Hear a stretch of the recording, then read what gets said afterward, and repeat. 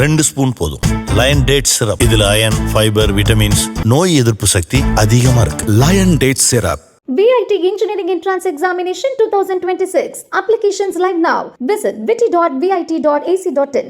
பாஜக முன்னாள் தலைவர் அண்ணாமலை வெளியிட்ட அறிக்கையில் கூறியிருப்பதாவது: ஆதிதிராவிடர் நலத்துறை சார்பில் தமிழகம் முழுவதும் நடத்தப்படும் மாணவர் விடுதிகளில் 100க்கும் மேற்பட்ட விடுதிகள் மூடப்பட்டுள்ளதாக வரும் செய்திகள் அதிர்ச்சியளிக்கிறது.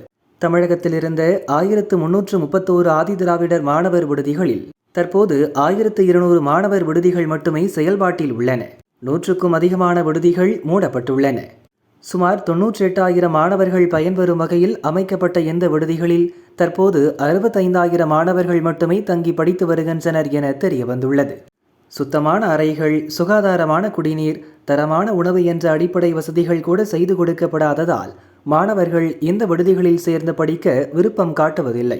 குறிப்பாக மாணவர்களுக்கு வழங்கப்படும் உணவு தரமற்றதாக இருப்பதால் அது வீணாகி கால்நடைகளுக்கு உணவாக விற்கப்படுவதை ஏற்கனவே சுட்டிக்காட்டியிருந்தோம். பட்டியல் சமூக மாணவர்களுக்கு தரமான கல்வி வழங்க வேண்டும் என இந்த மாணவர் விடுதிகள் அமைக்கப்பட்ட நோக்கத்தையே திமுக அரசு சிதைத்துவிட்டது. பட்டியல் பழங்குடி சமூக மக்கள் முன்னேற்றத்துக்காக மத்திய அரசு வழங்கும் நிதியை செலவிடாமல் ஆண்டுதோறும் திருப்பி அனுப்பி கொண்டிருக்கிறது திமுக அரசு. அந்த நிதியை இந்த விடுதிகளை மேம்படுத்த பயன்படுத்துவதிலிருந்து திமுக அரசை எது தடுக்கிறது? இந்த அழகில் சமூக நீதி விடுதி என்று பெயர் மாற்றம் செய்தோம் என 2 நாட்கள் விளம்பர நாடகம் நடத்தி தனக்குத்தானே பெருமை பேசிக் கொண்டிருந்தார் முதலமைச்சர் ஸ்டாலின். உதட்டளவில் சமூக நீதி பேசி ஊரை ஏமாற்றுவதில் காட்டும் ஆர்வத்தை பட்டியல் சமூக மக்கள், மாணவர்கள் முன்னேற்றத்தில் முதலமைச்சர் காட்ட வேண்டும் என அண்ணாமலை கூறியுள்ளார்.